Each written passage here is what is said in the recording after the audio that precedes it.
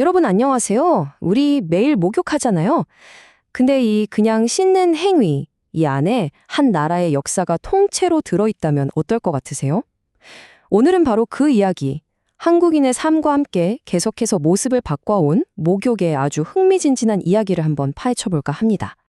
글쎄요, 아마 거의 없으실 거예요. 그쵸? 뭐 너무 당연한 일이니까. 근데 여러분, 바로 우리가 매일 하는 이 행동이 사실은 각 시대를 있는 그대로 비추는 가장 솔직한 거울이 될 수 있다는 거 알고 계셨나요? 네, 맞아요. 목욕이라는 게요, 그냥 목욕이 아니었던 거죠.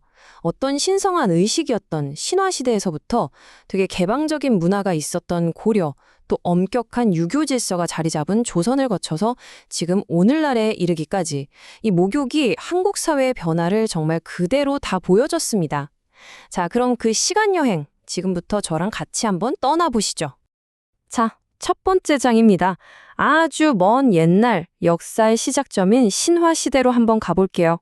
이 시대에 물은요, 그냥 몸을 씻는 그런 물이 아니었어요. 뭐랄까, 신성한 힘을 가진 거의 마법 같은 그런 존재였던 거죠. 정말 신기하죠? 이 이야기가 바로 신라를 세운 박혁거세의 탄생 신화인데요.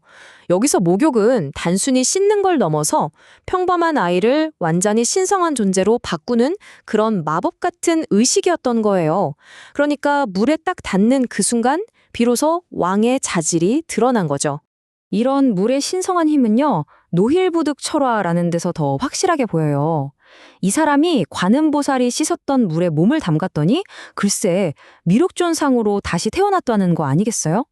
이걸 보면 고대 사람들한테 목욕은 그냥 몸을 씻는 게 아니라 영혼까지 깨끗하게 해서 인간을 더 높은 존재로 이끌어주는 그런 아주 신성한 의식이었던 셈이죠. 자, 이렇게 신화의 시대를 지나서 이제 본격적인 역사의 무대, 고려랑 조선으로 한번 넘어가 볼게요. 이 시기부터 목욕 문화가 그 사회의 모습을 아주 극적으로 보여주기 시작합니다. 그 사람이 바로 송나라에서 온 서긍이라는 사신이었는데요. 아니, 도대체 뭘 봤길래 그렇게까지 충격을 받았을까요? 바로 다음 슬라이드에서 확인해 보시죠. 네, 바로 이 풍경이었던 겁니다. 서긍이 남긴 기록을 보면 고려 사람들은 남자 여자가 막 같이 시냇물에서 매일 목욕을 했다는 거예요. 지금 기준으로 봐도 굉장히 개방적이고 자유로운 모습이죠. 그런데 조선시대로 딱 넘어오면서 이 문화가 완전히 180도 달라집니다. 엄격한 유교 가치관이 사회의 기준이 되면서 목욕은 아주 개인적이고 좀 은밀한 행위가 된 거죠. 그래서 큰 대야에 물을 떠놓고 몸의 일부만 닦는 게 보통이었대요. 근데 조선시대라고 해서 목욕을 아예 안 한 건 아니고요. 예외가 있었습니다. 바로 온천욕, 치료를 위한 거였죠. 평소에 씻는 건 좀 꺼렸지만 이 온천이 병을 고치는 데 효과가 있다는 건 왕실에서도 아주 중요하게 생각했어요. 특히 우리가 잘 아는 세종대왕은 눈병을 고치려고 온양 온천을 자주 찾았다고 하고요. 심지어는 그 온천물을 궁궐까지 직접 가져와서 썼다는 기록도 있더라고요. 자, 이제 시간은 쭉 흘러서 19세기 말 그리고 20세기 초로 접어듭니다. 드디어 우리가 아는 그 대중 목욕탕이 등장하기 시작하는데요. 그 이유가 아주 현대적이에요. 이 흐름이 되게 재밌어요.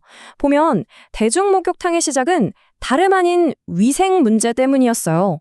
콜레라 같은 무서운 전염병이 도니까 다 같이 깨끗하게 씻을 곳이 필요하겠다는 생각이 커진 거죠. 그래서 1897년 기록을 보면 서울에 일본인이 운영하는 목욕탕이 생겨났고요. 근데 여기서 끝이 아니에요. 1920년대가 되면 목욕탕이 한 단계 진화를 합니다.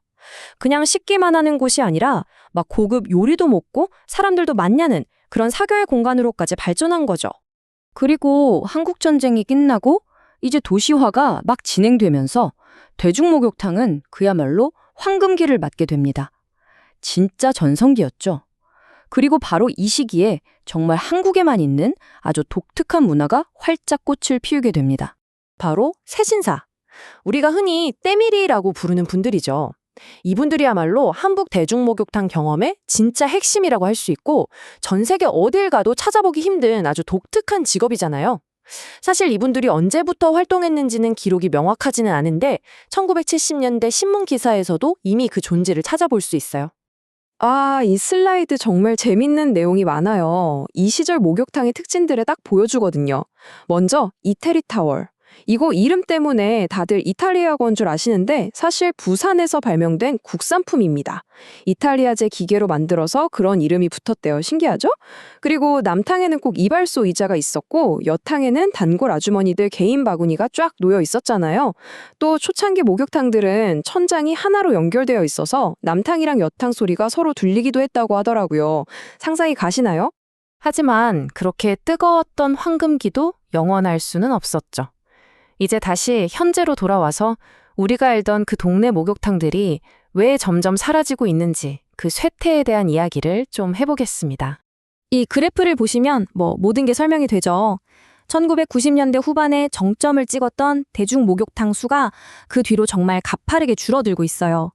2018년 기준으로 전국의 목욕업소가 약 7,000개 정도 남았다고 하는데 이것도 사실은 대형 찜질방까지 다 합친 숫자라서 우리가 기억하는 그런 정겨운 동네 목욕탕은 훨씬 더 적다고 봐야겠죠. 그러니까 20년 만에 거의 3,000곳이 넘는 목욕탕이 문을 닫았다는 얘긴데요. 생각해보면 당연한 일일 수도 있어요. 이제 집집마다 다 깨끗한 욕실이 있고 즐길 거리도 너무 많아졌으니까요. 그러면서 자연스럽게 우리 곁에서 점점 사라지고 있는 거죠. 근데 생각해보면 목욕탕은 그냥 몸만 씻는 곳은 아니었잖아요. 이웃들 만나서 이야기도 나누고 하루의 피로도 싹 풀면서 어떤 공동체 같은 걸 느끼게 해주는 그런 공간이었는데 이런 공간이 점점 사라진다는 게 그냥 목욕 문화가 변하는 것, 그 이상의 의미는 아닐까요? 어쩌면 우리 사회의 또 다른 단절을 보여주는 건 아닌지 한 번쯤은 다 같이 생각해볼 문제가 아닌가 싶습니다.